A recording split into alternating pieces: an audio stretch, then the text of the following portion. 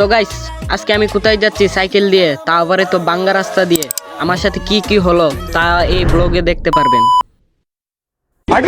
প্রথমে আমি এই চক বাজার থেকে চলে আসলাম, যেটাকে আমাদের গ্রামাঞ্চলের ভাষায় বলে সনকিত্তার মাঠ, তাই আমিও বলছি সনকিত্তার মাঠ।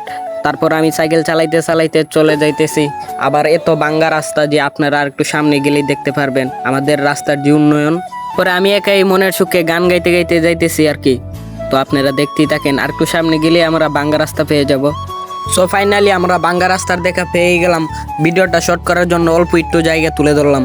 অল্প একটু জায়গায় এগিয়ে আসার পরেই দেখলাম বাউসির পয়েন্ট থেকে একটু সামনে আসার পরেই দেখলাম মামার দোকান।